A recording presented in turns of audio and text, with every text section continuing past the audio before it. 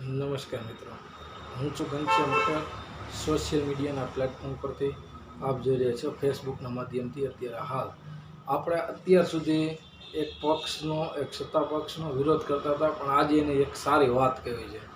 રાજકોટ સિટીની અંદર પ્રથમ વખત 2024ની જે હોળી રાજકોટમાં ઠેક ઠેકાણા થઈ હતી, એનું કોર્પોરેશન દ્વારા પ્રથમ વખત એક સારું કામ કરેલું છે. સારું કામ એટલે કે જ્યાં જ્યાં હોળી થઈ હોય ત્યાંની રાખ અને નીચેની જે ટાઈસ હતી એ વગર કમ્પ્લેનને પ્રથમ વખત રાજકોટમાંથી ઉપાડી લેવામાં આવી છે. તે બદલ મ્યુનિસિપલ કોર્પોરેશનનો ખૂબ ખૂબ આભાર, ધન્યવાદ.